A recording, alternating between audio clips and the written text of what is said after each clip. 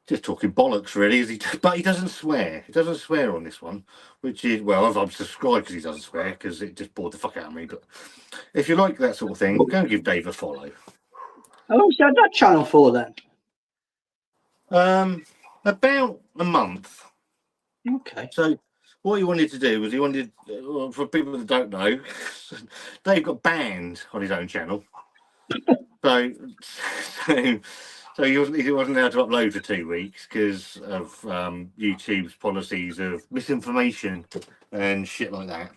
Woke bollocks, in other words. So from what I understand from Dave, all he did was read out something that was on the BBC's own website.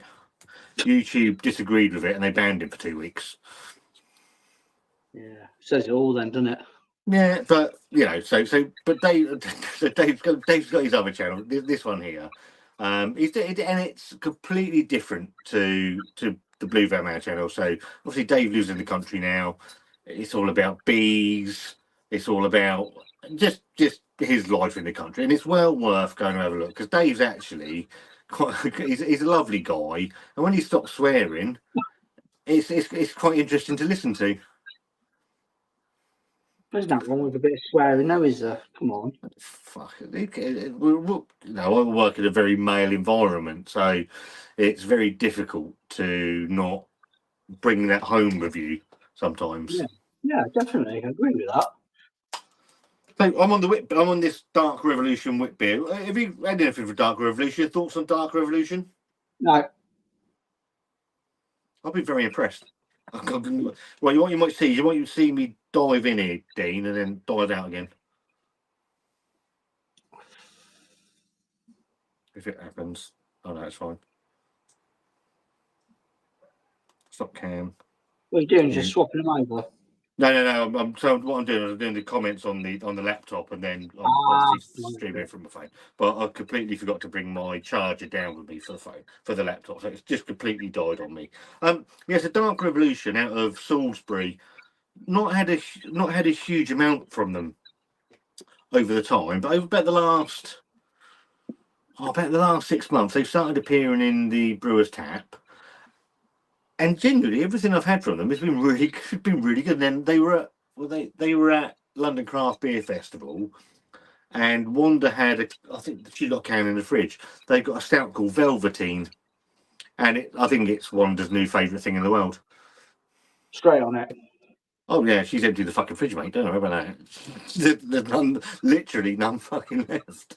So, but yeah, I think they're quite a small tap room brewery in the Salisbury area. I was actually going to drive there tomorrow, have one beer, pick some beers up, and drive back home again. But I think that's probably gone out the window tonight. I think I'm going to have a few tonight. So driving tomorrow is probably not going to be the safest option. No, that's not happening, is it? Nah. So she's at some fucking Hindu, so she'll be off her tits. Well, probably by now, if I'm honest. Prosecco. I don't know what she's drinking. Well, she's gone to O'Neill's, so there's going to be nothing for her to drink because when you say about beer snobs, and I think we can both agree that we can be beer snobs. I used to be, I think. I think I'm a little bit more open-minded. I used to be, yeah. Wanda's not. Wanda is the biggest beer snob in the world, mate, because unless it's a sweet chocolatey stout, the fucking woman doesn't want to know. Yeah, I mean, you couldn't get away with fobbing her off with a Guinness, could you? I mean, she wouldn't have any of that. No, she's not having it. So yeah, she's off. I think she's looking to drink gin and pink gin and some shit. I don't fucking know, mate. To be fair, well, that sounds right. To be fair.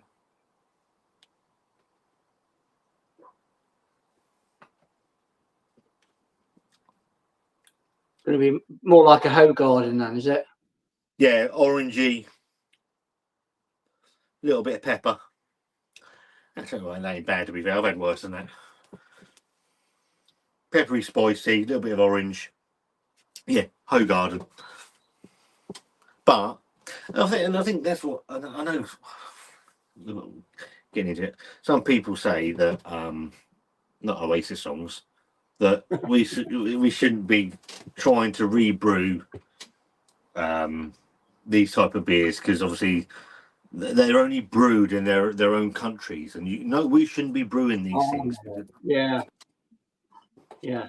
Cunts. Dean, cunts. Yeah, yeah. I mean, utopian. You tell me they can't make a decent German Helles. I mean, come on. Well, the fucking. I mean, I don't think I've got that bit. I picked up. I mean, I rinsed him dry. No wonder he went out of business. So, do you remember when I did that £15 bottle shop challenge? Yes. And I went in there and I came out with fucking armfuls because he gave me discounts. I must have got about 40 quid's worth of beer for 15 quid. And bless Jason, no wonder he went out of business. And but I had three. I'd never had anything for Utopia, and all three of those beers. I think I had a British craft lager. There was a couple. There was a dark lager, and there was something else. And all three of them were absolutely fabulous. Yeah, Bray Brook as well. They know how to make a good lager. Yeah, no, I mean, yeah, there is some absolutely dreadful shit about. I mean, I think you did a couple of I don't know if they were Lidl or Aldi ones when they did some German beers, and they were absolutely dreadful. But there are brewers out there that have absolutely nailed it now. They've fine tuned it to sort of like how the Germans would brew it, and it comes off pretty decent. Well, that's the thing that people that don't realise brewing techniques. And I'm no brewer, and neither of us are, but we both know that the reason that craft breweries in England generally don't brew this stuff is it takes up tank time. It takes a lot of tank time up, and B, with an IPA, stout, and all that shit, you can hide off flavours. But in a decent, well-made lager and a pilsner, they're going to be found out. Yeah, there's nowhere to go with it. You can't mask it. If it's a shit brew, it's a shit brew. You can't hide it. But yeah, with IPAs, I mean, especially with the era of adjuncts, you can just chuck all that fruit in and mask it a little bit, pad it out. You can't do that with lagers. Not good ones, anyway. On that subject, and I think that brings us. It's a conversation I wasn't expecting to have. Adjuncts in beers. What the fuck? And not necessarily this comment, but so Adams. But Bruiser is very easy to pause. Let's go through some of the comments, and I'll just come back to my point because I think it's a really interesting point. Bruiser is very easy to pause and cancel on their website. Don't have to talk to anybody. That's it. So anybody that's looking to use Bruiser, obviously with the debacle that can be beer 52, that's well worth knowing. If it makes you feel any better, I have rinsed beer 52 for 8 free boxes. Adam, fair play to you, mate. Good on you. Well done, mate. Jimmy sees on Sandals 5% lager from 5.2% lager from Finland. Drinking Veltin's Pilsner, bought the last 3 in Asda. Dave says, I'm all good, Dean. Is that a glass from a hospital? That's it. That's a Pilsner in a cow glass, that is. He's a fucking idiot. He wouldn't know a fucking decent beer or a decent glass, mate. Don't worry about it. He's still on the Madrid, then, is he? No wonder it takes ages to sort your problems out. Well, they've tried for fucking 25 years, mate. They've sorted anything out yet. Hard work, not swearing. Well, no, I get your messages every day. Dark Revolution on fire at the moment. I am very impressed with the beers that I've had from Dark Revolution, and that's not just me trying to wing a free beer. Genuinely, if you look at my Untapped stuff, the stuff I've had from Dark Revolution has been really, really good. Kev's in. You'd have to do a video on Untapped. I keep meaning to do that. I just haven't. I haven't found time to, but because it's genuinely, it's become my addiction. My addiction. I can see why. I can see why. And what I was thinking of doing, actually thought about this earlier today, was obviously I don't do a huge amount of beer reviews because of life. The channel's changed. I'm looking after my weight, etc., etc. But what I was thinking of doing was picking the top 5 beers I've had on Untapped every month and doing a video on the top 5 beers I've had every month. So these are the 5 beers I've had this month. The top 5 beers I've had this month. I haven't done reviews on them, but they're well worth picking up. it's worth. Yeah, I think you should pull the trigger on that. A lot of people can relate to it as well because it's a heavily used app, isn't it? In the right circles, I guess. Well, you look at. I'll show you my Untap now because I didn't use it for years and years and years, and then someone must have thought, "Fuck me, he's drunk fucking thousands in the last week." So so I had nothing, and then I went back through the channel and started adding loads on, thinking, "Oh, I've done that. I added like 54 in one day." It's like. So I look like an alcoholic, you know, fucking man. But for something that I didn't ever use, I don't know Adam's on it, I know Harry's on it, I know you're on it, I know you don't use it very often, but it's for finding beer, and obviously with the Brewer's Tap, telling you what they put on. I think it's a brilliant and resource. finding. I know. I'm not sure if Pete. Well, he's not called the Clueless Drinker now, but I still call him the Clueless Drinker because that's how I remember him. The Casual Smokers Club or something. Is that what he's called now? I think he's over in Paris, and I think I don't know if he used Untap to find if there's any sort of bars nearby where he could get some. And obviously, if like Disruption is brewing, the glass I'm using here. This is a brewery. I've got a lot of time for Disruption is brewing. I've had a lot of their beers, so I didn't know where their brewery was. I knew it wasn't far from Aldershot where I work. So you put it in there, and it tells you what they've got on tap, what they've got in the cans, etc. And it is a very, very useful tool. It really is. Yeah, do a video. Be done with it. All right. Oh well. Salty Popcorn says, and I'm going to come back to the other point. I haven't forgotten about that. Utopian makes some great lagers. Adam says, I think Braybrook and New Barns are doing better lagers than Utopian at the moment. I enjoyed the Colonel's pills as well. I had the Colonel beer at the tap on Thursday. Another great brewery, the Colonel. Colonel, yeah, cracking stuff. Wanda said to me the other day, she said, I don't like the Colonel because their brown little things don't stand out. And I said, actually, I disagree with that. Clever marketing, I think. And she said, but they all look the same, and you have to go and look at the bottle. I said, there you go. Ups you in straight away. I think it's bloody brilliant, I do. Especially in this day and age, with everything, all these loud cans of beer and stuff, all these graphics that you knock out, which is good, I guess, but they're the complete polar opposites, and they'll never budge from bottles neither. You know, canning. Nope. Yeah, no, it's all going in bottles. Thank you very much. I think I'll miss his wife. Yeah, I think they're having a nice time. I completely agree because their bottles make you go and look at it to see what's in it.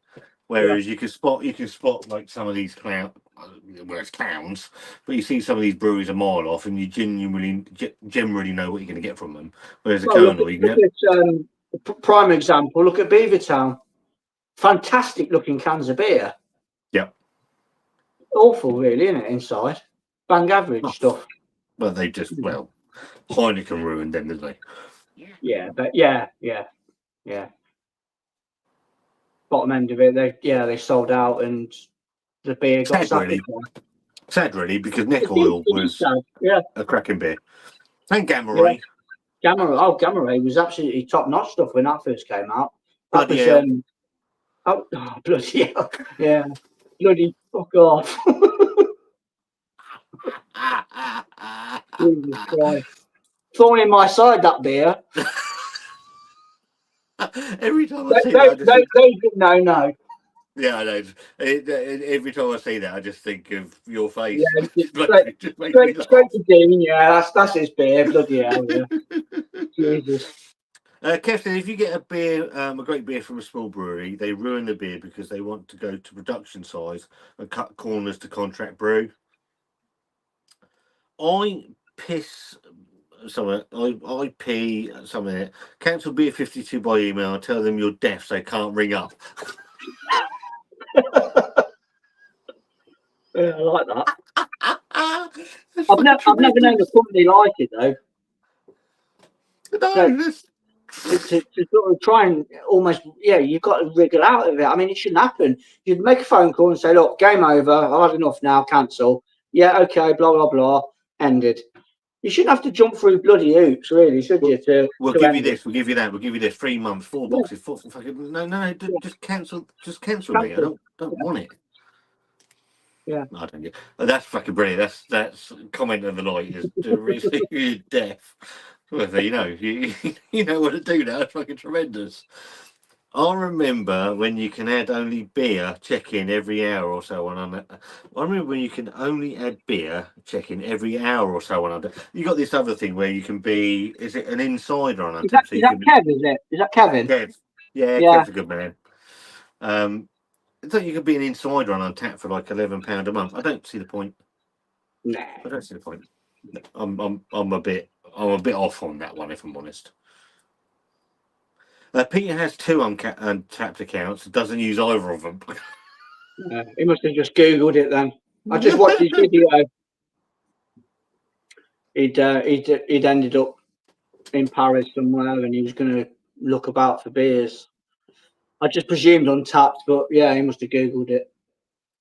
Fearless Fox says, evening chaps, I'm off to Berlin for a beer holiday in the next couple of weeks. What's your favourite German style of beer? Oh. If it's in the summer... These are coming in a minute. Well, Hefeweizen's all year round, I think. But in the summer, baking hot day, you can't beat a good Helles, a German Helles beer. Winter time, yeah, a good bock beer, Doppelbock. I love a Doppelbock in the winter. I think we should do Oktoberfest. Yeah, I mean, I've never really dipped my toes into that. Really, I've done bits and pieces over the years, but I've never really gone to town. I know a lot of channels do. No. Actually, do it. Do it to October. Yeah, no. I'm not, if I'm doing it, mate, I ain't fucking about. I'm not fucking. Yeah, the real McCoy. Hang on. Yeah, I'd love to do it. I'm not doing this again. I'm going to fucking October. I'm going to October. Yeah, but that was a good box, though, wasn't it? You can't knock it. That was a good box. Well, there's some dickhead saying it wasn't worth the money. Oh, fuck off. That was a fucking bargain, that was. He could got it for £1.74 cheaper. Oh, Jesus. No, that was a good box. They should do that year in, year out, but I doubt they will. I don't think they will. I've looked for next week. It's not in there next week. One off.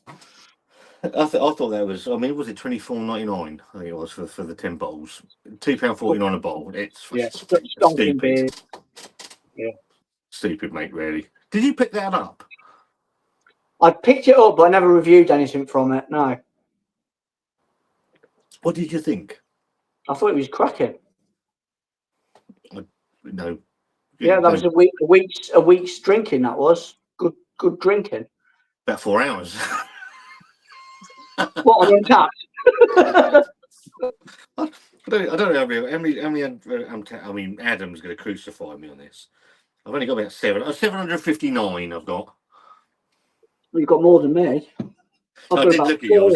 Maybe it's one of those things, though. It's one of those things you don't.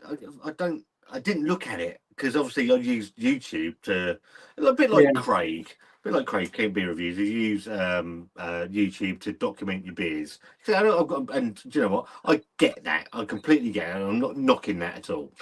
But it doesn't document every beer I ever have. And then I started using Untapped, and then Wanda started using it, but then Wanda drinks the same fucking beer every time, so it's largely useless to her. But I genuinely, I found a love for Untapped. Yeah, if it floats your boat, mate, as long as it makes you happy, that's all that matters. Not a lot makes me happy these days. I was getting back to the because you made a comment about adjuncts. Yeah. A little bit earlier, and I want to talk about a brewery that I think have absolutely decimated their own footprint in the UK. Would that be Tiny Rebel? Nope. Oh, right, okay. But go on then. it's on a par now for me. It's in the supermarket. That used to be, and I think a lot of us would agree, they were probably the leading light of supermarket breweries, and they've absolutely decimated their reputation with adjunct heavy rubbish. Northern Monk you on about? Northern Monk. Yeah. Now, I can't argue with that. I used to be a massive champion of what they used to bring. I mean, some of the supermarket beers that they used to knock out over the years, they were bloody terrific. Good quality beer, decent price, and now they've gone down this bloody adjunct route. I haven't had a beer from them for a long while, and I don't really intend to. It's not that if you go into a supermarket now and for stuff that I'm picking up for the channel, it's generally going to be supermarket stuff because that's the stuff you can get hold of. And no, everyone does it slightly differently, and I'm not criticising people for that. That's not what I'm about.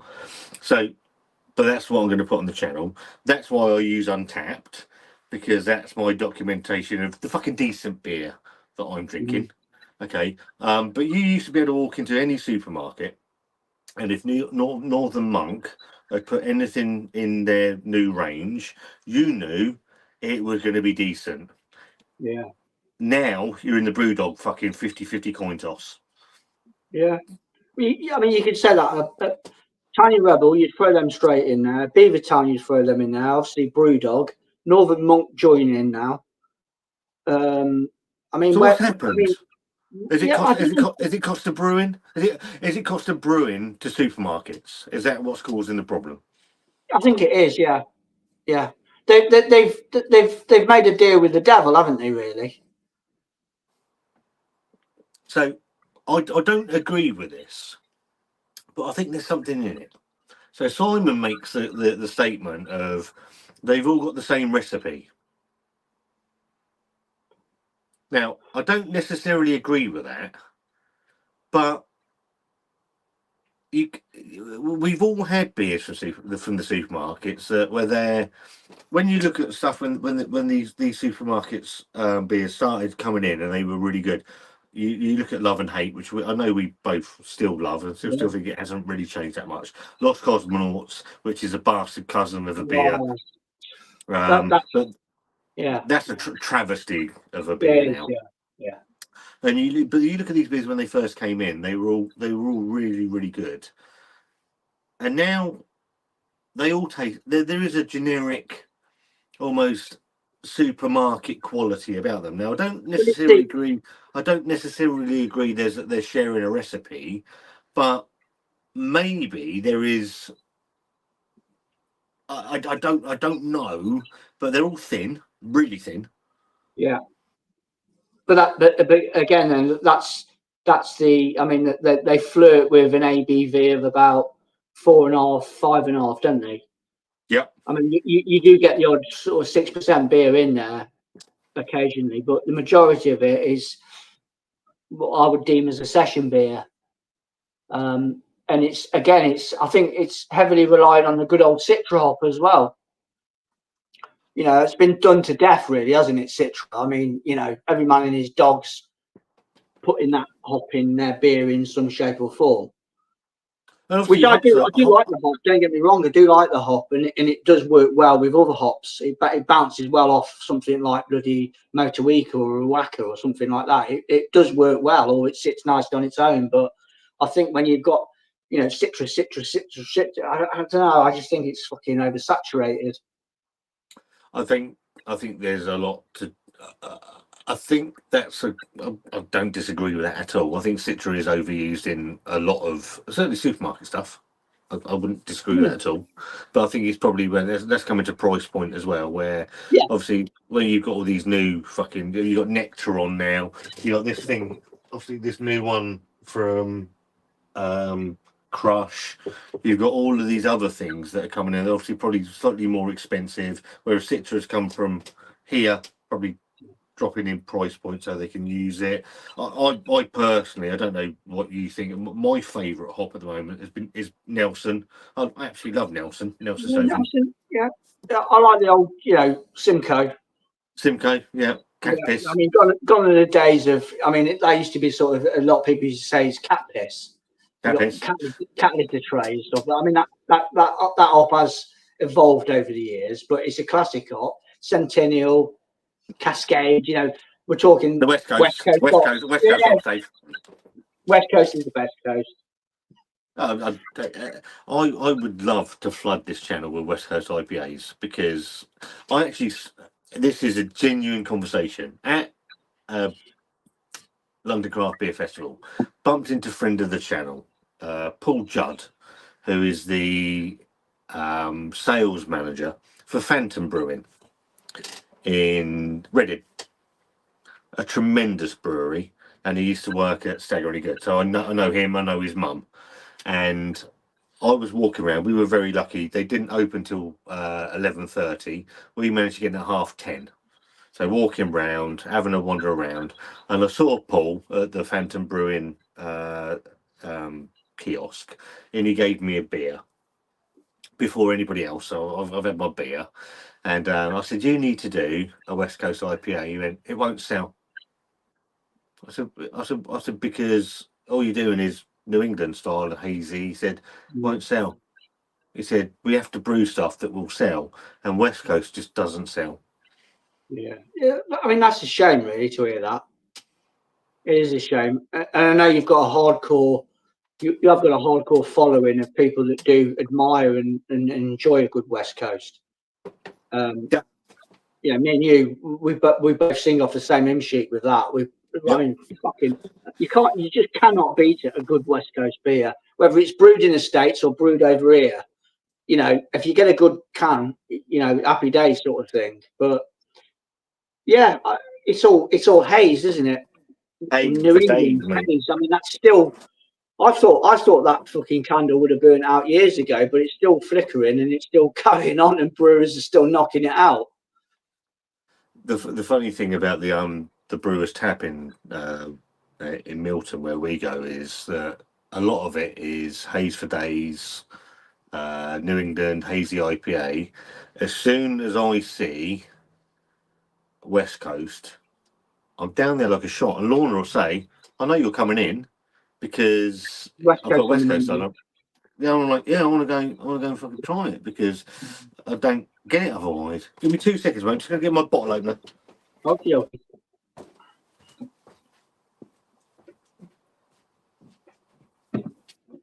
Yeah, I think when I came down to Scott and Wandas, it would have been, I think it was last year. I bought a load of West Coast beers down, and me and him did a couple of reviews actually in his famous TARDIS shed. It was just a West Coast sort of review. I don't know how many reviews did we do in the end. I don't think all of them materialised, did they? But it was just all West Coast beers that I bought down. I bought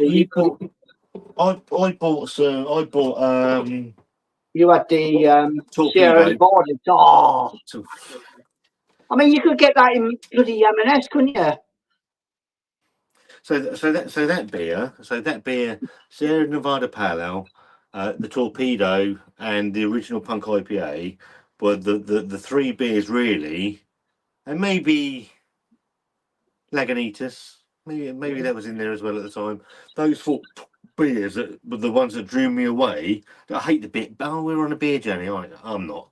I'm not on a fucking journey anywhere, mate. The only journey I'm on is to the fucking grave. And so those four beers were the ones that really, they're the ones that changed my drinking style. Yeah. But then when I started this channel, I remember that we had this conversation that I was heavily into the New England IPA. That was my favourite style, juicy and all that shit. And then all of a sudden, I was like, I'm fed up. I'm fed up with this. Yeah, you just yearn for something different when you see it, when you go into the supermarkets, because I mean that's going to be the port of call for a lot of people because it's cheap and it's easy to get hold of, and I get that. But when it's just Neeper, you just think, fucking, nah, I've had enough of this shit now. I just want something different. And I think that's where the supermarkets spoiled it. I think because they put so many inadequate, just oversaturation, wasn't it? yeah, oversaturated, and then it destroyed it for me, really. And then when I see a West Coast IPA, I'm like a fucking fly around shit because I want to try that, because that's where I'm at. That's my favourite style. I mean, London Craft Beer Festival, I'm fucking hoovering around, trying to find decent stuff. And what was it? Stone Ruination. Fucking beer that was. Yeah. Yeah. I mean, Elusive. I mean, that's still the Oregon Trail, isn't it? I mean, that's nice. That's for a bottle opener, mate. Starship Enterprise. Lovely stuff. Can't. Where's the I can't get the Happy Christmas cunt now because someone else will think it's about him. Prick. I'm on the Schneider voice. Yeah, that's good stuff. That is. No, I had the Schneider voice glass, but Wanda broke it, bitch. I'm divorcing her tomorrow. I'm not.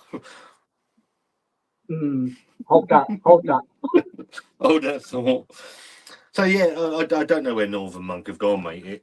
It's absolute shambles now. Yeah. I mean, I hope the Vocation don't get down that road, but I think they probably will. I can't see the. I'm going to come to Kev's comment in a minute.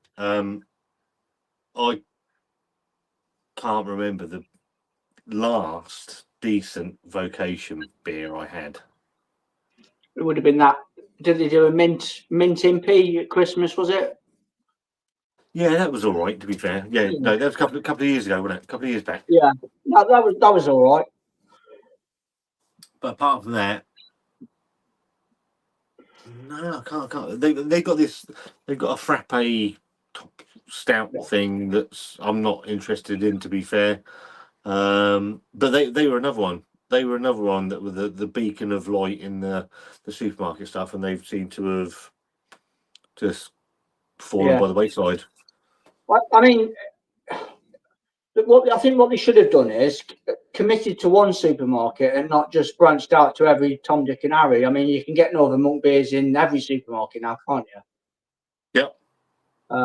If they just maybe concentrated on, committed to one supermarket and stayed with that, and their beers are more or less exclusive to Tesco's or Morrison's or whoever they choose, it would have made it a little bit. I think they've just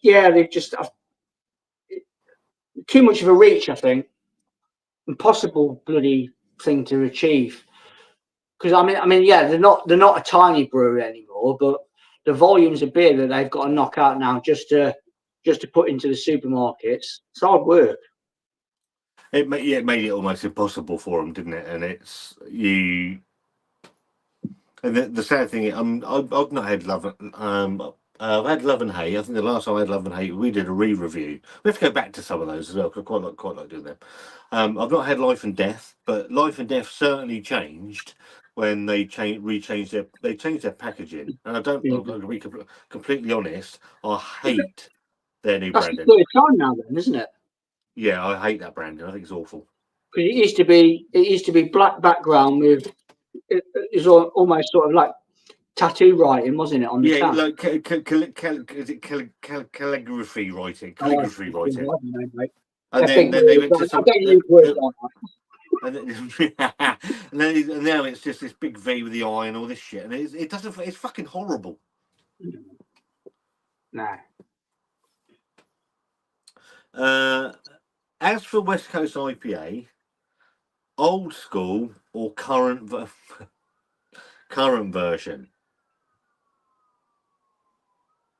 I mean, you could. There's nothing wrong with a brewery in this day and age creating a new beer that's an old school IPA, an old school Westie, is there? Nope. As long as they stick to what it should be. Hoppy, bitter, resinous. Piney. I'm a bitter man, Dean. I want my beer to be bitter with me. Bitter, yeah. The bitter, the better. The better, the bitter. Yeah, either way. No, I completely agree. What I struggle with, and I've done some of this. I'll try and find one here.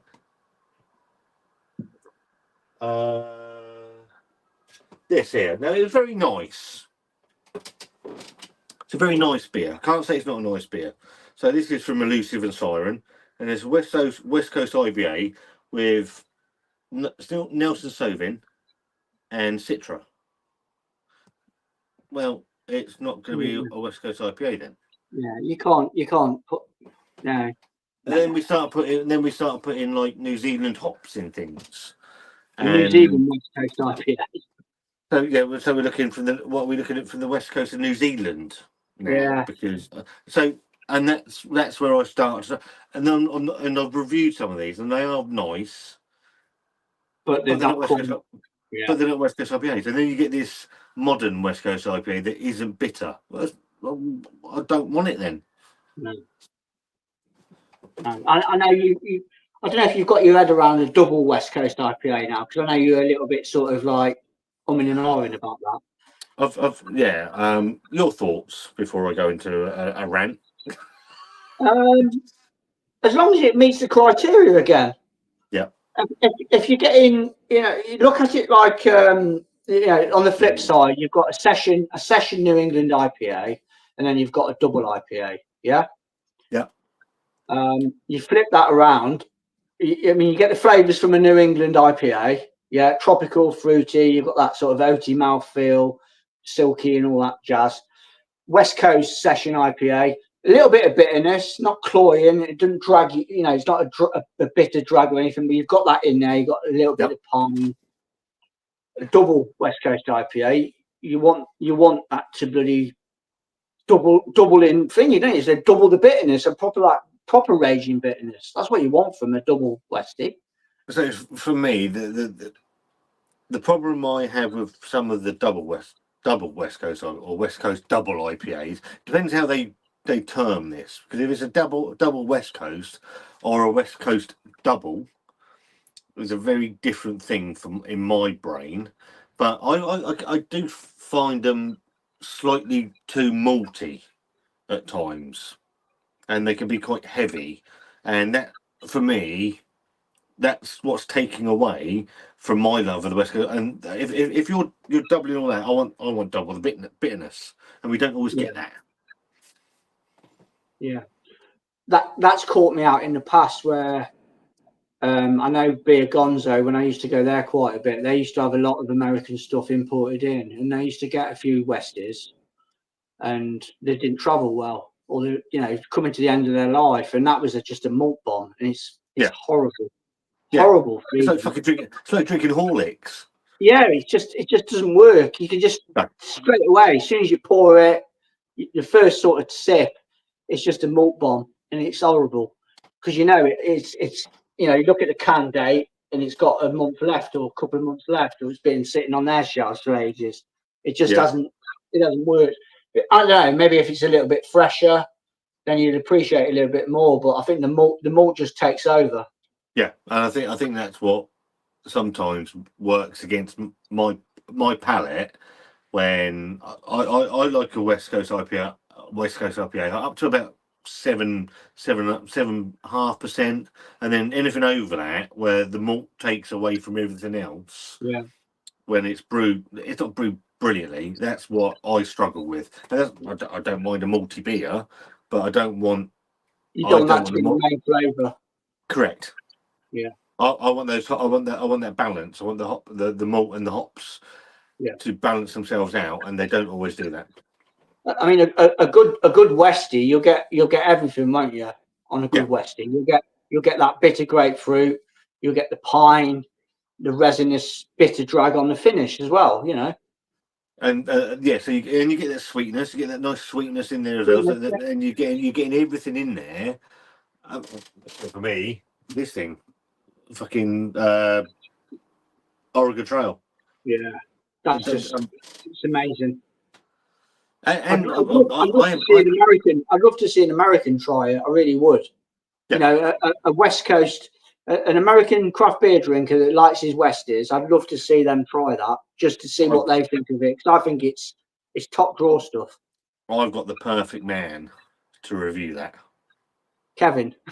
No, Rob John. Oh God, is he still going? Is he? Well, you call him Rob John. All he does is review. If you've not watched Rob John's beer reviews, please go and give him some love. Go and look in. Each quality. Harold Shipman. It's Harold Shipman reviewing beers. Fucking Wolfie will blow your mind. Oh, he's quality, isn't he, Wolfie? But he's still going. But all he does now, and I feel quite bad for the man because you've still got. Bless his heart. And I've got no problem with Dave the Beer Dad because Dave the Beer Dad, again, Beer Dad reviews. Go and give Dave some love. A tremendous channel. But they hammer him. Absolutely hammer Rob John because all he's doing is reading notes. So he's got the brewing notes off of fucking wherever he's got them from, and all he does is review. I mean, the man is either got the nose of a fucking bloodhound, or he's reading his notes. I mean, we know he's reading his notes because you can see him when he pans it down on when he turns his camera around. But genuinely, the nicest man you could ever watch. But all he does is review beers now from the same fucking two breweries. It is good. Go and check him out there. It's good. It's good viewing, if nothing else. Oh, so it's brilliant. It's, I mean, you thought the Beer Hooligan was bad for reading notes. Rob John takes it to a fucking NASA level. Yeah, no, he's definitely the master there. But I don't think he means it though. That's the funny thing about it. I think he is being genuinely serious when he's doing it. I don't think it's. I see comedy value in it, but I think he's genuinely being serious. You know, when he's doing it. Oh yeah, I mean I mean, if you look at the comments that people leave him, like Dave and the John Gooligan, the other guy that leaves, just hammer him, fucking hammer him constantly. He's quite abusive, but it's like. All you did is reading the notes from the fucking brewery. Yeah, does he? I mean, there's one where he's got. What did he came out with something that he's picked out of this beer, and literally all he does is does that, and he comes out with about 14 different fucking aromas. It's like magic, mate. It's fucking magic. I've done whichever one it was. There was one that had. I think it's this one. Let me have a look. 2 seconds. I think it's this one. I think I was out fucking killing anyone. Oh, it's stuck in. And it had lychee in it. I've never had a fucking lychee. I think I say in the video, I've never had a fucking lychee in my life. I'm not going to sit here and say, oh, there's a fucking lychee in it. It says it on the can art, but I'm not going to sit and lie to you because I wouldn't even know what a lychee looks like. Same here as well. I think we had this problem when Duopolis came out because that was a lychee forward IPA. To me, it just tasted tropical and fruity. And I'm going to call bullshit. I'm going to call bullshit on a lot of these beer reviewers that they're fucking lying to you. They're lying to you. They're picking flavours out. They've got no fucking idea about. They're lying to you. Well, we have a running joke with me, don't we? Orange. And I know. Simon used to get some stick, fleshy blood orange, chocolate coffee caramel. Chocolate coffee caramel. If that's what you're tasting, that's what you're tasting. How can you dress up them flavours? What else can you say? Seville orange. I'm getting Seville orange. I'm getting marmalade. I mean, where'd you go with it? Well, how do it? I'm getting the plum from fucking number 49. Fucking no. What are you on about, you fucking clowns? Stop it. Don't get me in trouble. Don't fuck off, a lot of you. Vocation sent me an email the other day saying I could have 30% off my next order because I haven't bought off them for a while. I'll fucking take that up then. Who's that with? Vocation. I get so many emails. I'm probably like you. I get so many emails. I get Tiny Rebel. I get Northern Monk. I get Vocation. I just delete them. I don't even fucking read them anymore. Do they go straight into your junk mail? No, they come up, and I'm just like that. No. Fuck off. Not interested. Not interested. Jog on. Yeah, fuck, jog on. Hey Up Brothers. That's probably why I don't get sent anything, Dean. Hey Up Brothers. Didn't recognise Scott. He's lost that much. A stone. I can't give away Monday's video to how much I've lost this week. But I've lost 1.5 stone in 5 weeks. Yeah, well done.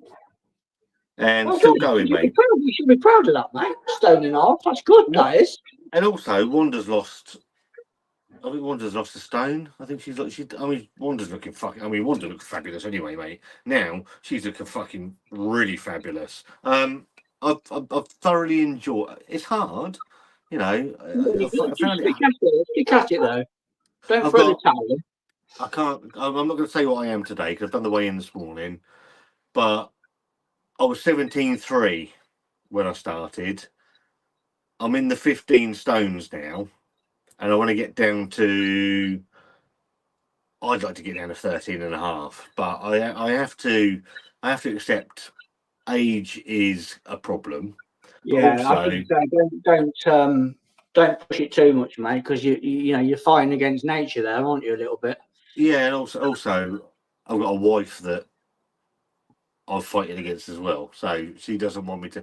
14 stone, I think, is going to be my target, and if I could hover around, if I get to 14 stone, then when I met Wanda, I was 12.5, something like that. So I put on fucking 5 stone over the time, and I hated it. I hated every minute. No, I couldn't get in. I couldn't get into this t-shirt.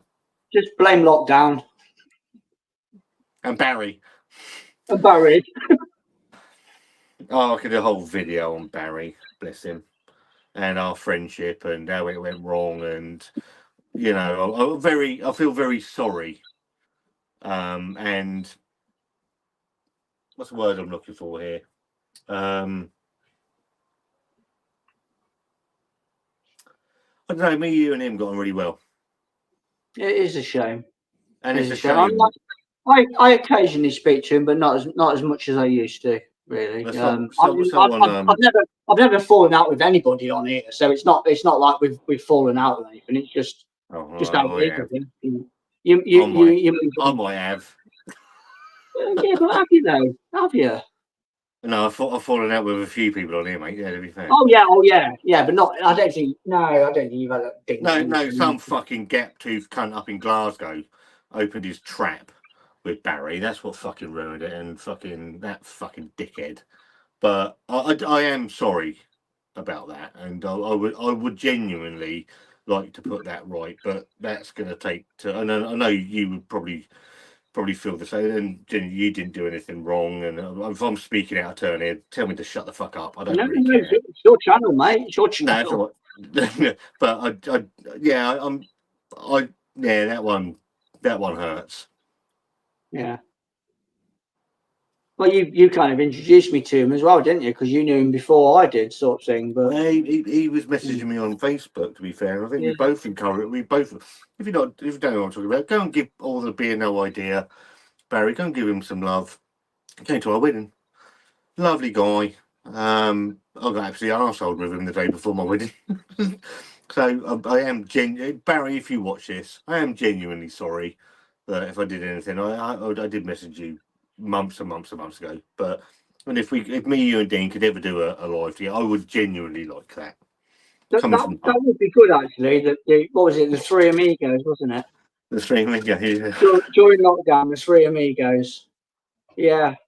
And I'll never forget them sort of days, because we did have a good crack. We passed the time by, didn't we? Because we had fuck all else to do. No, have a beer and all meet up on WhatsApp and have a chat and stuff and just shoot the breeze and stuff. And I'll never forget them days. I know it was a long old pull to get through it. It was good times. Good times. Well, there was we'd be sat there and one of us would mention, oh, what time is it? It's like, oh well, I've got some beer. I mean, Yeah, I still tell this story to this day with obviously with lockdown and that, where you could only go to a supermarket and that for essentials. And this one day, obviously, I've got the fucking Morrison's over there that needs to be napalm because there's fucking nothing that you can buy. But I'm going over there to buy alcohol. But obviously, you can't just buy alcohol because that's not a necessity. So the so you only got a thing that pint I of milk. You got a pint of milk. no, no. So I've gone over there. I got whatever I bought, and to disguise the fact that I have not come just for alcohol, I bought a packet of fruit pastels. The woman's looking at me as he's going to the checkout. We're looking at each other. She's looking at me. I'm like, she's You like, said five a day. 5 a day. but I mean, the cupboard was stocked full of bread because every time I go there and buy another fucking loaf of bread, there was like 6 loaves of bread in the fucking cupboard. It was fucking ridiculous. And then we'd come on, like we'd be your Barry. I'd sit in here, he'd sit with him, and we would just about an hour of just talking bollocks. It was good though. Yeah, I mean, we did the other. We did. I think we did a couple of lives, didn't we? All 3 of us. Well, we did a Christmas one with Christmas beer reviews, didn't we, as well? And Yeah, we did. Yeah, yeah, yeah. you know, there's been all sorts going on over the years, and do you know what? I will take my blame for a lot of stuff. You know, I'm not the easiest person to get on with. I know that. I don't profess to be, but I'm straight down the line. You know, I'm What you not. see is There's what no. you get with you, and I quite like that. I find that refreshing. You know, there's no fucking filter on you, mate, and I like that. I like it. Uh, Kev D, thank you ever so much for coming in, mate. Hope you're keeping well. Member of the channel, have been since day one. So thank you ever so much for what you do. It's always appreciated. I've I've got how do I put this without fucking getting myself in trouble with? Um, I've got a reputation for being an arsehole, and I am. But what I'm not is I'm not in this to get freebies. I'm not in this to sugarcoat my channel. And you got all these people that, I don't know, occasionally you swear. You don't swear a lot, but I love it when you fucking swear because it amuses me because I know you've had enough at that point and the beer shit. But you got some of these cretins that they don't want to swear because it might ruin their chance of a freebie. And they're all fucking they're all charlatans. All of them. Yeah, They're all yeah. the people you meet outside the channel. They're not what they're portraying on the camera, and that's what really aggravates me. Barry's what you see is what you get. I like Barry. Barry ought to be no idea. It's not Barry the bastard. No, that's my friend. But yeah, ought to be no idea. The one that encourages you to keep drinking and drinking. I missed him by 20 minutes earlier. That's quite fucking lucky, Oh, to be lifesaver, lifesaver. Otherwise, I wouldn't be in here now. To be fair. But Yeah, yeah, I mean, I mean, over the years, I've got to meet a few people over the years, on and off camera, and I mean, I've met Barry a few times, and yeah, I think yeah, I agree with you. What you see is what you get with Barry. yeah. You know, there's no sort of, you know, he doesn't sort of dress himself up to be something different when he's on YouTube than when you meet him in the flesh. So I agree with you with that. Sadly, someone else ruined my relationship with Barry by making a video that didn't need to be made and saying shit he didn't need to say because he can't keep his fucking gob shut and keep a private conversation private. That's what ruined my conversation with Barry, with my friendship with Barry. And I take full responsibility for saying something I shouldn't have said, and then some other fucking muppet saying that, and I apologise for that. So I know you've tried to reach out before.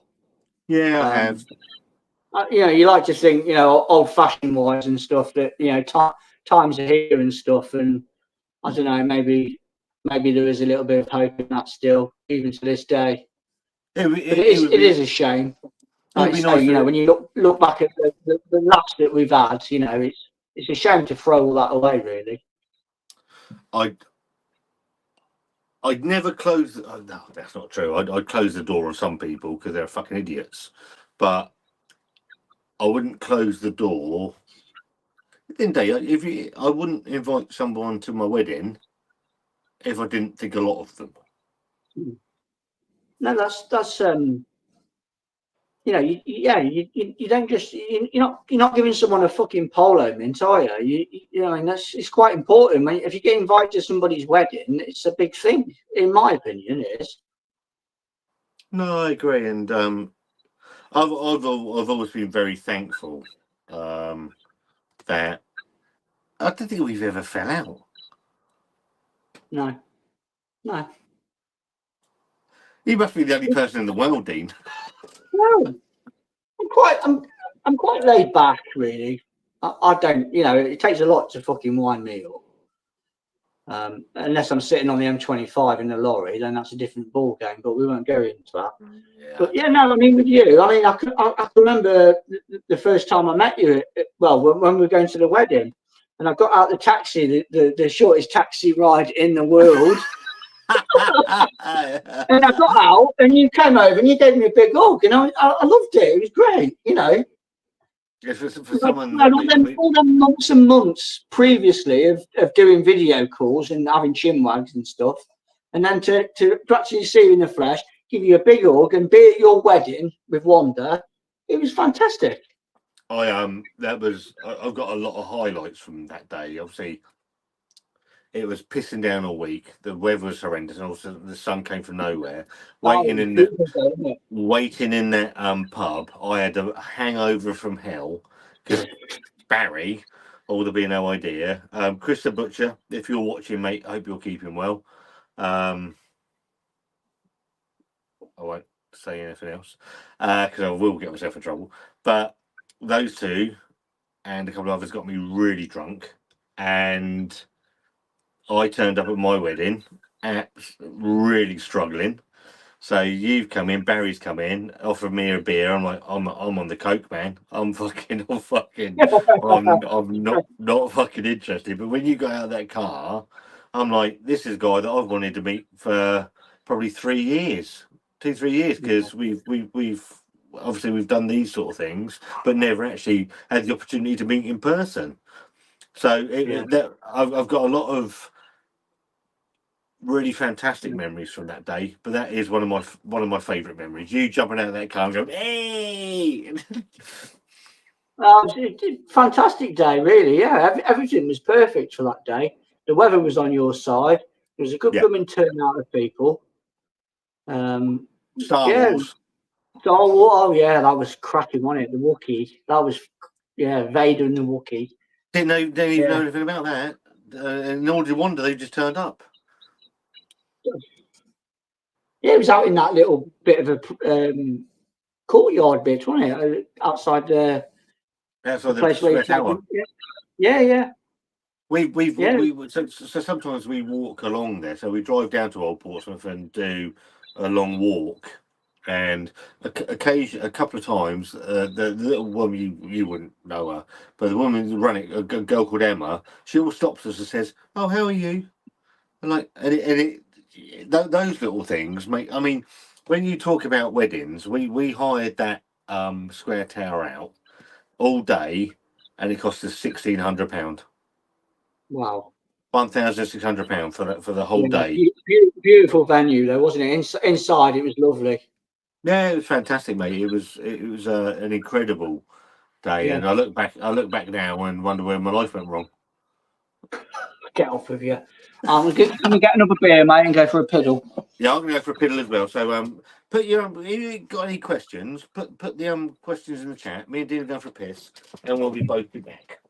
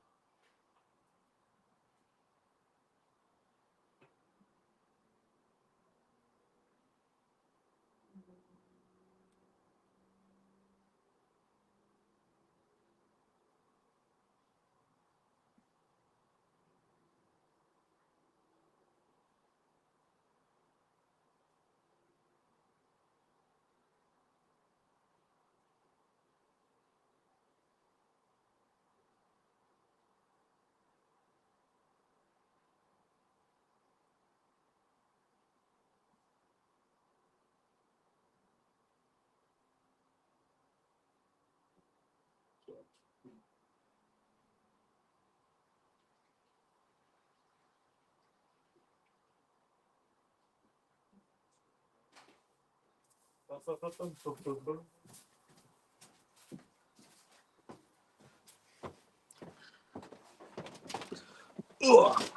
I am back. Oh, hello. What's that? What's going on?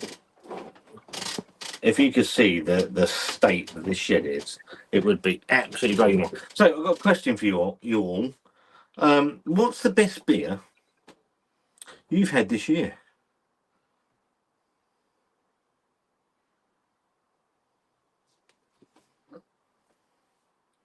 So you can text the wife.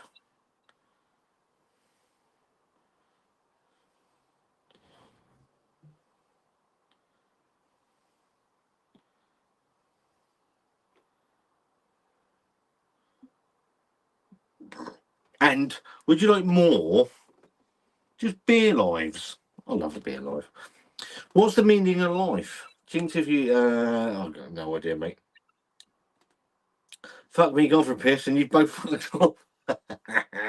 Most memorable beer this year. Oh, I'll tell you what. I'll tell you the beer. You see my new dog, Scott? Yeah, buddy. The best beer I've had this year was Allagash White. From a wheat beer from Allagash, and I had it in not Brew London, London Craft Beer Festival. It was absolutely fantastic. Hello, mate. Is that the new one? Yeah, Hang she's on. 4 months old, and she's a pain in the arse, to be honest. Pissing everywhere. Sounds like me, mate. To be fair. So our friends, Andy and Trudy, were the Sam, the TikTok man, Chantel's old boyfriend's mother and fucking I don't know. They had an old boxer dog that died a few months back. Came round, still see them. Oh, we're not getting another dog. No, definitely not getting another dog. They got one. Fucking 12-month-old fucking boxer thing. Took Hugo and the dog for a fucking run. I thought Hugo was going to die. His eyes are fucking red. He's fucking limping. I thought, cunt's going to have a heart attack. That's all I need. Leah comes down. How did the fucking walk go? Cunt's dead, isn't he? Fucking dead. What's the name of the dog? She's called Penny. You're a sucker for dogs, though, aren't you? Yeah. She's just like the old one as well, to be fair. I know you love your dog. Yeah. I know that. I remember when I think you lost your dog, and I think did I phone you or I spoke to you and you like really hit me hard. Yeah, it was it bloody. I mean, we've had loads of like sort of pets over the years, but that one really took the beating. That did. It was like a bloody human dying. That was. It knocked me about for a. Oh, it took ages to get over her dying. Well, I'm hoping that Hugo. I'm hoping Hugo. I go before Hugo because I think they'll get over my death before they get over his.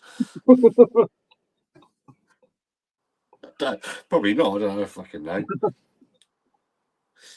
When's the new Fuller's Vintage out? I need to try it. That'll be December, won't it? November, December. They normally bring it out back end of November. You'll probably be able to get it. You'll probably be able to buy it from Fuller's before they bring it into Waitrose. That's normally the deal with that. I don't know. I don't think I've ever done it. I did it on that live stream. I'm sure I picked one up for the live stream that me, you, Barry, and Chris did for the Christmas one. I'm sure I picked it up for that, but I can't remember. I can't even remember what we did then. But good stuff.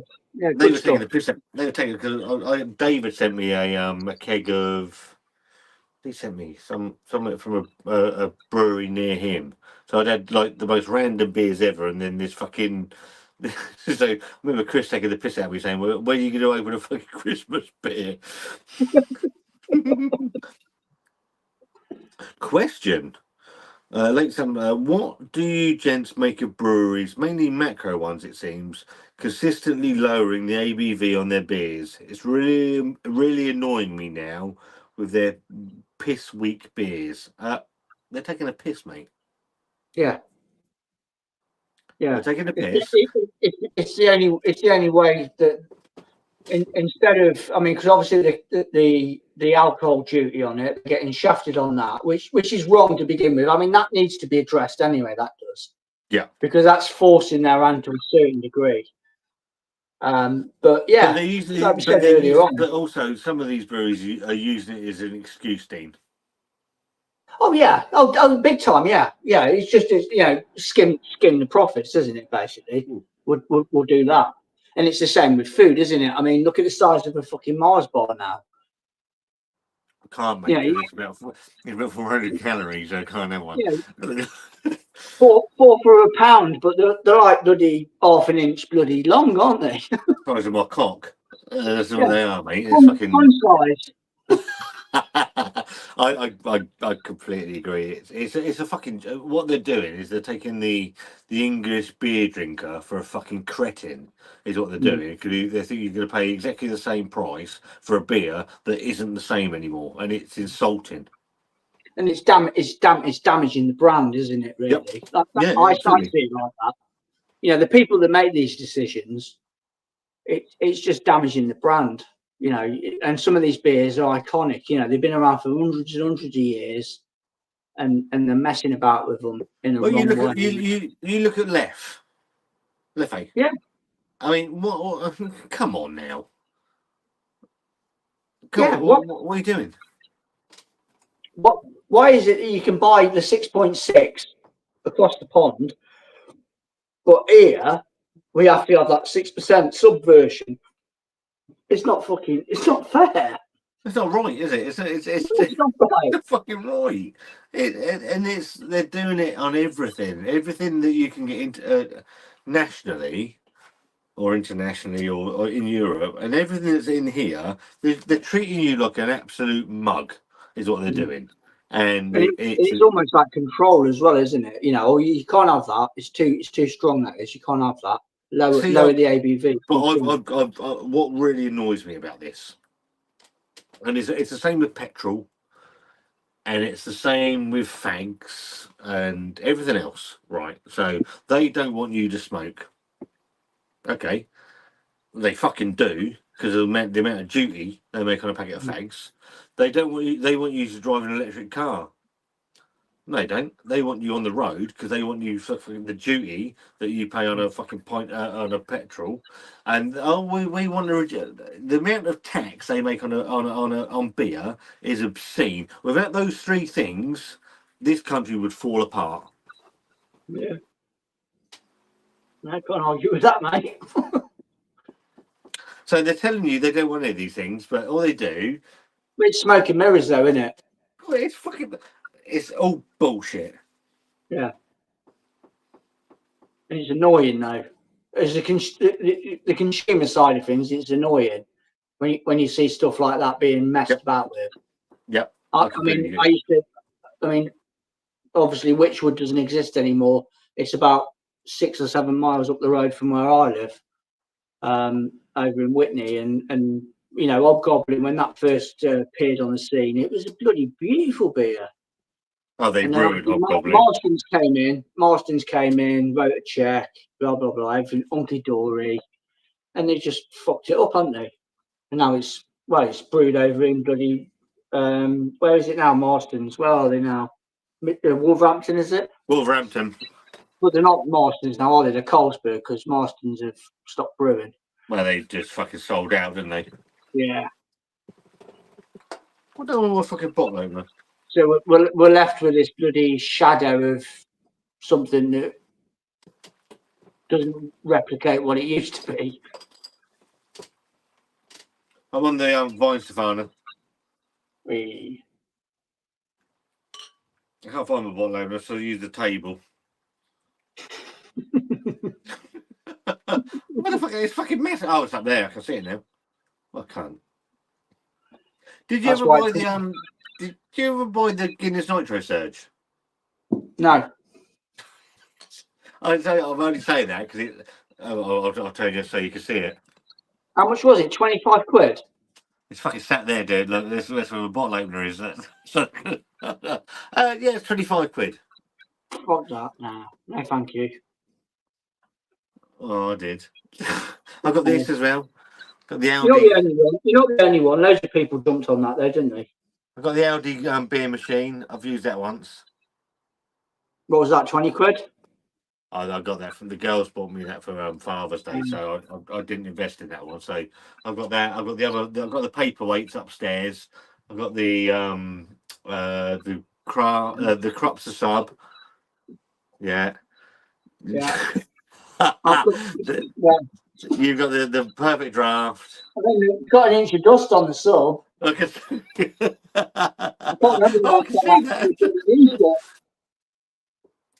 The annoyance with the sub is the beers were fucking brilliant. They were brilliant. Absolutely brilliant. It's the fucking P&P that ruined that. And the fact that within about 30 minutes your beer's gone because it was only like Well, two yeah. What was it? litres. 2 litres, yeah. 2 litres. Yeah. But I Yeah. love the sub. I thought, I mean, the Punk IPA on the sub was phenomenal.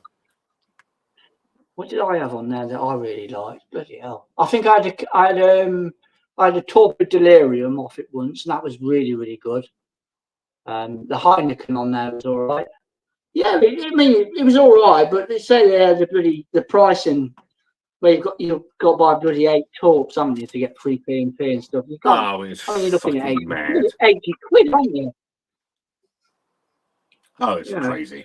That's what killed it. Yeah, I'll get the odd PD keg every now and again. Once in a blue moon, I'll buy a PD keg. I think the last one I had for the PD was Life and Death. All these channels that insist that they're going to do everything that comes out. Just stop. So it's a lot of money in it when you think about it for the sake of a bloody video. And they're not making the money back. It just screams desperation for me. But there you go. I just got a big mouth. Okay. Mark Jones says, "Can't believe I'm saying this, but one of my best has to be a strawberry sour on tap at my bottle shop on a warm day. Don't usually like sours. I tell you what, I had 2 sours at London Craft Beer Festival. I didn't think The Pennywise is in the house. what the fuck's going on there then? I didn't think I was going to like. The first one was a dill pickle sour. Dill pickle sour. So I walked into the American bar, and Tim Houlihan and Danny from Staggeringly Good both collared me and said, "You've got to try this." It's on the video. Go and watch the London Craft Beer video, and it was like a liquidized fucking Big Mac, but it was all right, man. It was all right. I didn't mind. And then I went to the Vibrant Forest one, and he had a cucumber and mint sour, and I thought that was fabulous. It was really good. I think I've had a strawberry and cucumber one before from Brick Brewery. Yeah. I think they did it in S for a bit. That was quite nice. Yeah, there's some really bizarre flavours, isn't there, with sours and stuff. I have to be really in the mood for one. Yeah, I'm not a huge sour fan. I know we had the what was it called? That creepy fucking stuff that we had at Staggeringly Good. What was that? Pink. That was some carrot, wasn't it? Carrot fucking thing. And... That was weird, but it worked. I suppose that's the beer style where you can just throw anything at it and just put it out there, I guess. I mean, it wouldn't wash with an IPA, would it? That's where the innovation is for me with beer, is in these sour things where you could just chuck anything you like at it.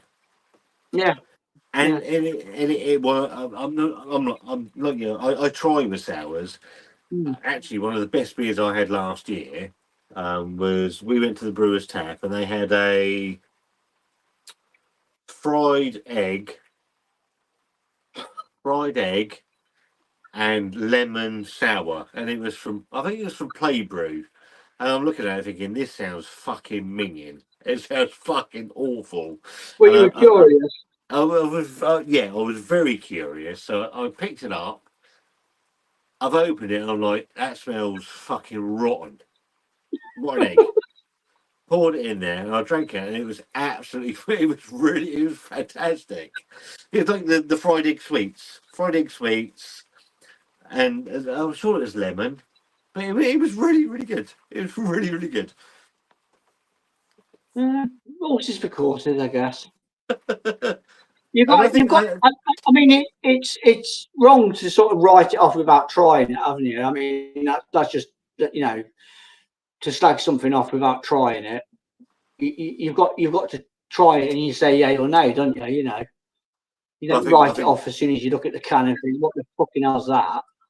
But I think we all do that sometimes. I mean, we try and buy with our eyes, and if it doesn't match our expectations, just fuck off then. Go and get in the sea. Remember the curly whirly in the 80s? Fucking massive. Now the size of your little finger.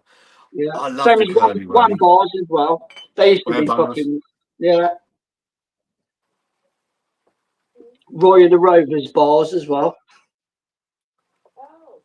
I need to a side by side with Vine Stefano, and Wanda smashed all my glasses. So I had two lovely Schneiderweiss glasses. Wanda's broke both of them. I had a lovely Paulana glass.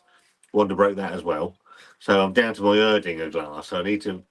If anyone wants to give a super chat for £20 to fucking joking. Amazon. Yeah, I know.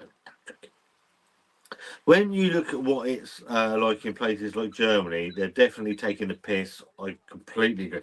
As you said, when you went to Germany, the prices that they're charging for beer and what we have to pay is fucking criminal. Even a bottle shop. I didn't go absolutely mad, but we found this bottle shop just on the fringe of a place in Berlin, and I went in there and I bought about 9 beers. It gave me a free glass, and I spent about €7. I mean, and that's a bottle shop. It was the Not a same with supermarket. Belgium. What's really annoyed me is for our first year anniversary, I wanted to go to Prague. That's where I wanted to go. But Wanda's like, I'm not flying because she hates flying. She's only flown once. Don't know how she got home, but she only flown once. So we agreed to go to Belgium. So we've gone to Brussels, had a nice time in Brussels, but obviously Bruges is fantastic. Brussels is a shithole. Chantal and Jack have just come back from Prague. Oh, it's fucking lovely. It's a lovely place. Do you need to go? I'm like, don't you start me because I will get really annoyed. And one's like, oh, I would have flown there if I'd known it was only an hour and a half. I'm like, shit What? house. You shit house. Yeah. So Prague, I would have loved to have gone to Prague. Really good Prague is. I mean, that's cheap as chips over there as well. Prague. And Belgium's expensive. Yeah. I suppose they're just cashing in on it, though, aren't they? I mean, tourist traps, aren't they? Places like bloody Bruges. Well, Bruges, to be fair, wasn't that. I found that cheaper than Brussels because the Delirium bar was. I mean, there you're talking to the man that walked into the Delirium bar on his birthday, IPA. and I bought a West Coast IPA. Yeah. That's what I love about you, though, mate. That's what I love about you.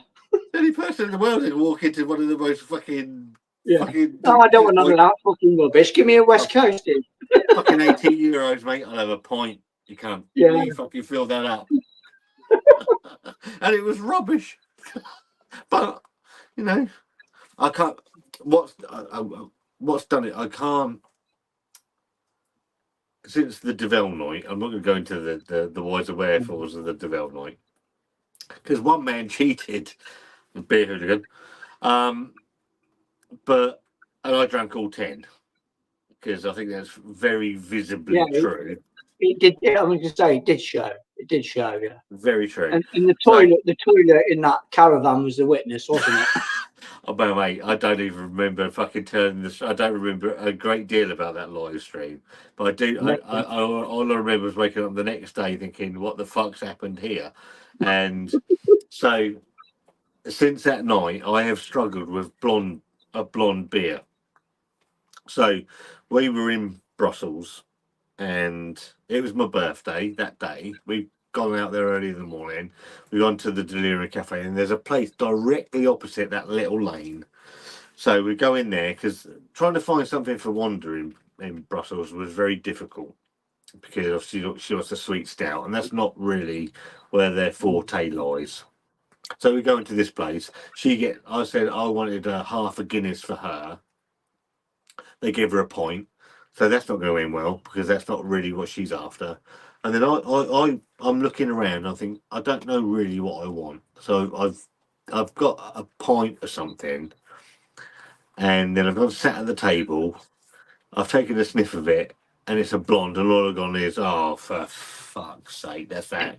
And it's just ruined the whole not a blonde experience because I'm married to a blonde lady, but a blonde beer experience for me, and it has ruined it, and it's sad really because I actually quite like that style of beer.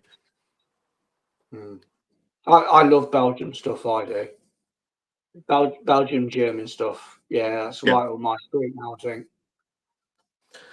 and I think when you look at the trouble is I'm going to agree with someone that I can't fucking stand, but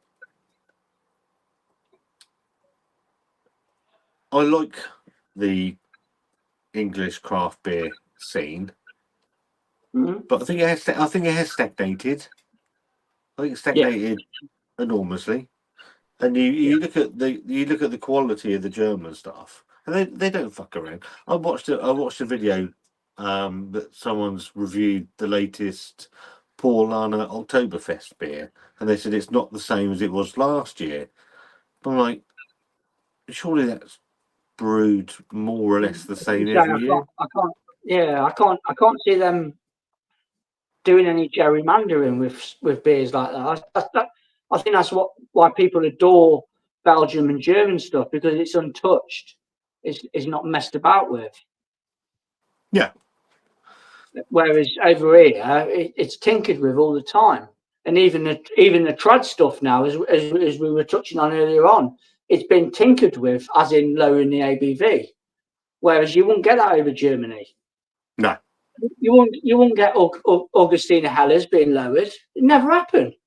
You wouldn't lower the ABV for that. Never. There'd be a fucking outcry, wouldn't there? There'd be fucking riots on the streets. Mark Jones asks, what is the best beer machine now? Well, I think you're the wrong people to ask, really. I've not turned any of my beer machines on in fucking 2 years, 3 years, mate. To be fair, PD. Out of the two that I've got, the PD, because of volume, you get more beer. Yeah. And also they started, obviously they reduced them. Are they bringing out a beer a month or something? So at least they got the turn. And I know I think the sub, is it 18 months? They're fucking killing it. I don't know. News to me, that is. Don't know. I'm pretty certain that they announced not long ago in two years' time. So I'm rounding off slightly here that they're killing support for it. I can probably see. I can see the sense behind it. It served its purpose in lockdown, didn't it? The Krupp sub. That was what that was for. And you had all the people buying the what's the big fucking the fucking the R2D2 one, wasn't it? Heineken, the Blade. The Blade, yeah, the thing that's made for like cafes and that. So you got them in your house. It's looking like a fucking thing, a lost robot from Lost in Space, living in your fucking living room. Fucking, it's something out of Black Hole, isn't it? It's fucking, it's not right, is it? It's fucking mad. I don't mind Heineken. I'll be completely honest, but I don't want fucking 10 litres of the cunt sat in my fucking out there. Yeah. So I think that for me the PD, the volume of beer is just about bang on. I think what is it, a month? Is it? And as soon as you put it in the machine, You get 28 days or whatever it is on there. Yeah. That's perfect. That is. I mean, you can probably end it before then, but you've got that little bit of flexibility to know that you don't have to really just drink it for the sake of it. Yeah, Andy Casey, I remember that live stream. You were absolutely mullered, and say your speech was slurred of being absolutely. I was just like, yeah, mate. The Devale night. So we were on holiday up in Great Yarmouth. Wanda didn't want me to do it. I promised her, She kept the stream going, didn't she? mate. You know, you're an absolute legend that night because I take my top off. I was fucking all over the Three place. pissed up blokes and then a female to deal with it all. I mean, fair play to her. This chat, I genuinely think this channel misses Wanda so much. As just just as a personality, I had her on a video the other day where the Coke, there's a Coke Zero with Oreo that I managed to drag her into because I bought 2 cans. She's in some of the running video for next week. I've done some of the run. That's all done. I've got to do something tomorrow with it. But she just brings a naturalness to this channel that I miss. I miss it a lot. When you two used to be sitting in your shed and you do a joint beer review, and some of the things you used to come out with. Oh, shut your face! But do that now. Shut your face. Oh, I don't like this. Oh, shut your face! It's lovely. What are you on about? I'd love to get her. I did say to her the other night. So I had these Coke beers. I did the review at work in my van. Said I picked 2 up. So I've got one in. I've got a fridge in my van. You got a microwave as well. I've got a microwave and a boiler. Kettle? You got a kettle? I've got a kettle. You got a ninja in there as well. Well, he might have beat the shit out of me. So, but yes, I've got a kettle on microwave, and I've got this little. It's not a company fridge, but I have a fridge in my van. I've actually got a bottle in there, right? It's been there for 3 weeks. I've got a bottle of Broadside. I've never had Adam's Broadside. Never had it. I'm going to do a back and time beer on that when I get the chance. So it's been there for 3 weeks, but I've seen this. So I've got this Coke Zero. Will you do a review of me? Well, so what if I want something from Wanda gives me, well, you need to do this for me. So you fucking cunt. So I did bits and pieces. So I come in and she bless her, she done. And I said to her, we were at the Brewers Tap the other night. And I said, do you know what? I miss having you. I know Sid will agree with this. I know Sid's in the chat. I just need his kind of blow. A lot of people would, mate, because I think that was the birth. That was the birth of your channel, wasn't it? You two both took credit equally for it. You both bounced off each other in a certain respect. Yeah, and I do you know what? This channel isn't what I make no bones about this. It isn't what it grew from, and I've had to adapt because. I mean, you've done a fantastic job on your own. Don't get me wrong. But people have ruined it for Wanda, and I can't. I'm going to show you. I'll tell you what. I'm going to show you something now because I think this is really important. Hang on. What the fuck's that? Hang on, I'll push the wrong button. Because I think this channel misses Wanda enormously. I think it's. She could have run for a full 20. This lady here, my wife, right, insisted she couldn't run for a full 20 minutes. And she just absolutely smashed it. Wanda, how proud are you of yourself? And I think she brings more to this channel they're like as a team, and I miss her. I miss sitting in the shed, chatting about beer to Wanda. I miss standing in there talking about beer, food, or anything. But I have agreed. We have agreed. So in October, it's Halloween. She has agreed to do a live stream with me for a Halloween live stream. You can dress up. We'll dress up. Yeah, she'll put you. Do you makeup like? But I agree. last year. Uh, I know you were covered in bloody blood. I know that. that was probably 2-3 years ago, mate. And it's just because people have made it hard for her. She doesn't want to do it, and I find that so sad. Yeah, I get it completely from her side of the story. You close down from it. You just what you don't see, what you don't hear, don't hurt you sort of attitude. And you do this, didn't you? Obviously, you've done this a few times. Yeah. I mean, my biggest downfall. I mean, you know, behind the scenes, you Barry and Chris all know behind the scenes.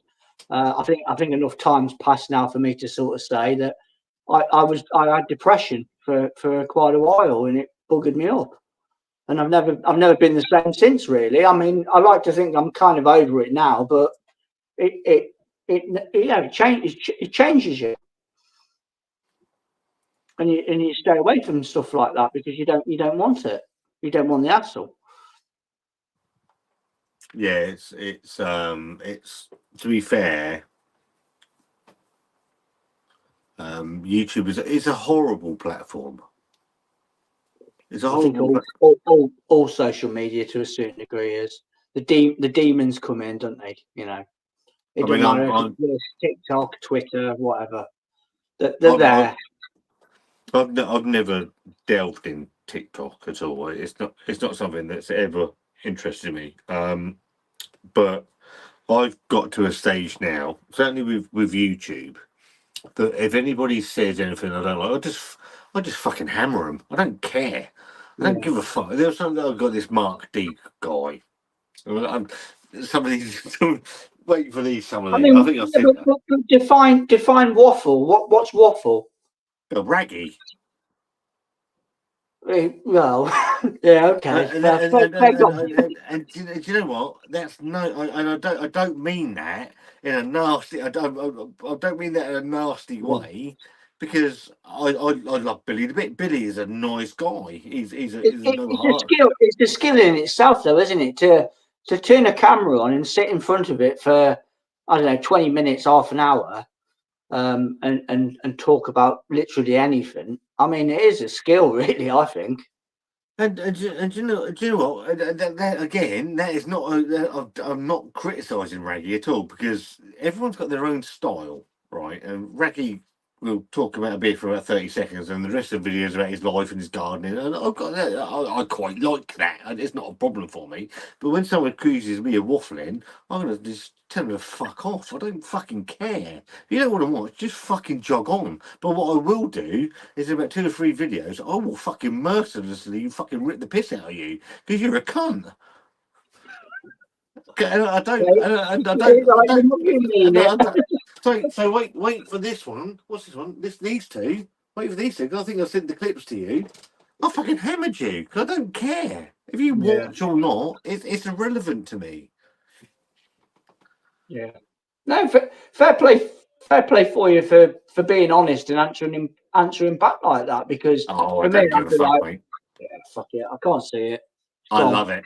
I love a bit of a fucking piss off. Well, you're just standing your ground now, aren't you? At the end of the day, don't care. Mark Jones is gone. We're going to Spain next Saturday, and one of the bars around the corner subs Duvel on draft. Don't drink it, mate. It's shit. Hate it. Wanda brings a level of sanity to this. Sorry about that. A fat man in the shed with his beautiful wife, and Wanda has lost. I'm sure she's lost a stone. She'll hate me for this, but Wanda is doing really, really well. She looks fabulous anyway, but she looks even more fabulous now. Soon to be a thin man and his beautiful wife. We'll see. I miss Wanda and June as well. I could go into a whole rant. I'm not gonna. I'm gonna be very good. Yes. I always thought the best one you did, Scott, was the one chip challenge. I need to do that again because I failed. I want to do that again. We miss Wanda. Wanda loves Disney. No, it's because she's fucking wrong. Wanda's got people that don't know. So if you're on Instagram, Wanda set up her own Instagram account, which is all Disney. Please go and give her some. Well, she's going to overtake this fucking thing very shortly, but please go and give her some love. She might not let you follow her, but her name is Disney Life for Me, 1981. So Wanda is doing everything Disney. Go and give her some love. She's only had it about a week. She's had it fucking. It's been taken down 3 times because they think it's a fucking spam bot or something because she's posted that much shit. That much shit. But she loves it, so that's all that matters. Arseholes on YouTube have ruined it for June. Sid, one of them's up in Scotland. That fucking dickhead. And you could tell him, I don't care. Don't care. It was like watching Beauty and the Beast in a shed. You shouldn't call Wanda names. That's nasty. YouTube isn't a nice place, but the kind of people who are here tonight actually make. Do you know what? Thank you everyone for commenting tonight, and thank you, Dean, for joining us. Because I know I've had to bully him into this. Yes. Physically. Well, not physically, mate. Because that'd be weird, like Jimmy Savile. Now then. So you've. I don't know how many reviews you've done. Have you had a beard that stood out for you this year?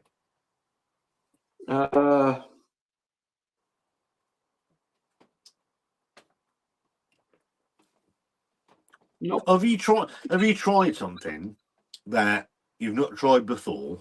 I thought that's different.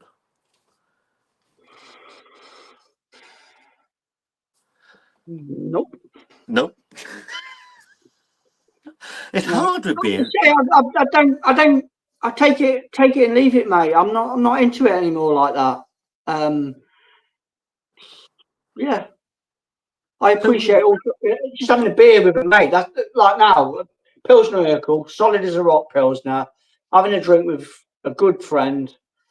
That's how it is. I'm just drinking. I'm not thinking about it. I'm just drinking it. You know, that's where I am now. So with the Bruiser box, they obviously dictate what they're sending to you. Is it all one brewery every month? It's obviously a monthly thing. So what you do is, if you've got your account, you can go onto their landing page and you can pick a brewery that you want, and I think you can pick it up to 3 or 4 months in advance, so you know what beers you're going to get. Okay. And I did that for a while, and then every now and then I let them decide what they're going to send me. Okay. So last month, for August, I never put anything in the box. So they sent me Left-Handed Giant, Lucky Dip. So it's all it's 8 beers from Left-Handed Giant. So you can pick. Oh, you can pick the breweries. You don't have to let them pick for you. And the list goes on and on and on. I mean, you know, you've got all the big boys on there. Okay. And how much is that a month? It's 38 quid a month. The first box is a little bit cheaper. I think it's 8 quid off. I think on the first box. Okay. Yeah. Would you say it's worth the money?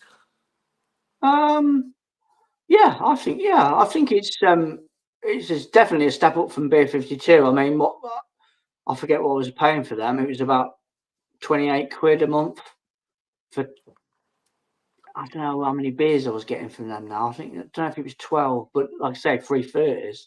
I think it was the inconsistency with B52 as well, wasn't it? Where you didn't know what you were going to get for the next box. So some boxes were really good, and then Yeah. you'd have a box that were absolute shite. I mean, one month on the Brucer box, I think Gemma wanted some sours, so I just did a Vault City box. So she had them all. Yeah, they've got a good list of beers on there, breweries that you can just pick, and say you can pause it, cancel. There's no issues. I quite like it. Actually. I just like to see what's turning up, unless I really want something from a certain brewery, then I'll put it into what month I want it. I've had beers from Baron. I did a Baron box. I wanted to try some beers from Baron. They were really good. I've done Beak. I've done Three Hills. I've done Vault City for obviously my missus. Who else have I had? I might have done a Burden box as well.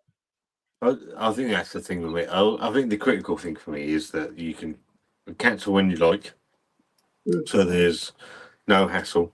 Or I think Adam said you could pause. Yeah, pause for as long as you want, really.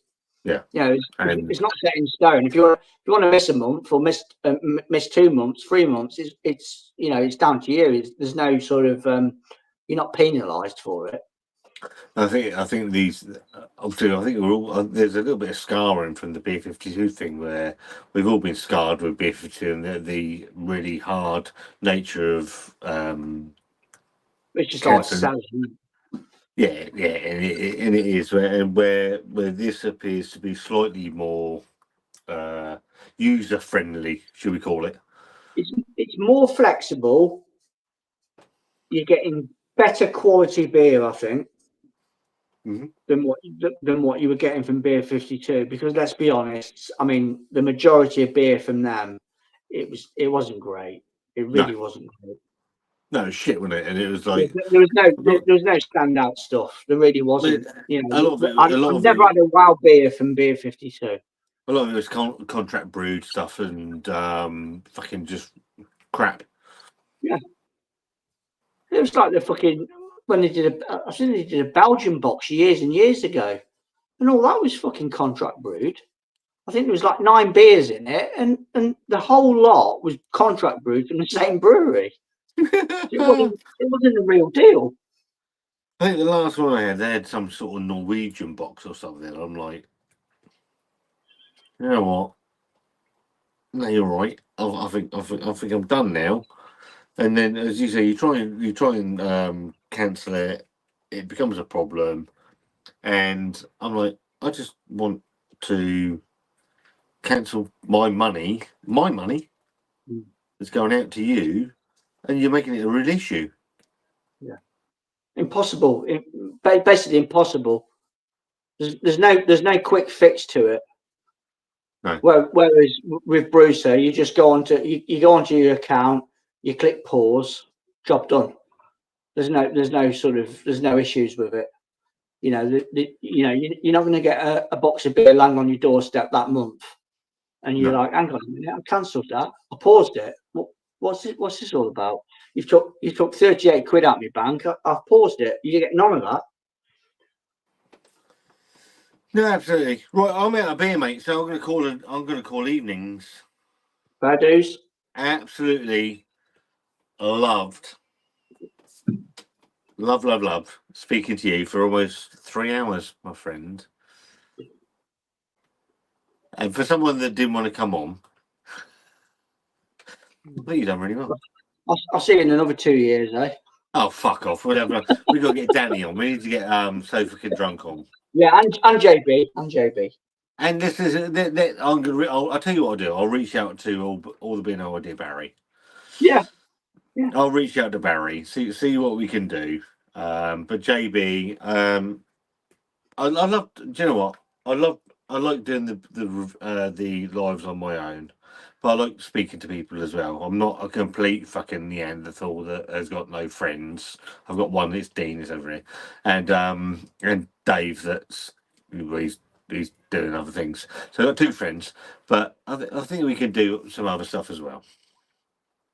Yeah, why not?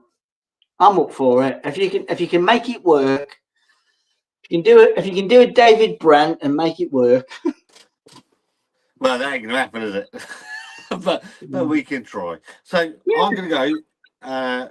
Thank you, Dean, for joining me. Everybody that's joined, have a great rest of the weekend. These beers are coming soon. They're done. These massive beers. I've got one for Vibrant Forest. Oh, don't care. I'll see you soon. Ciao. I pressed the wrong button.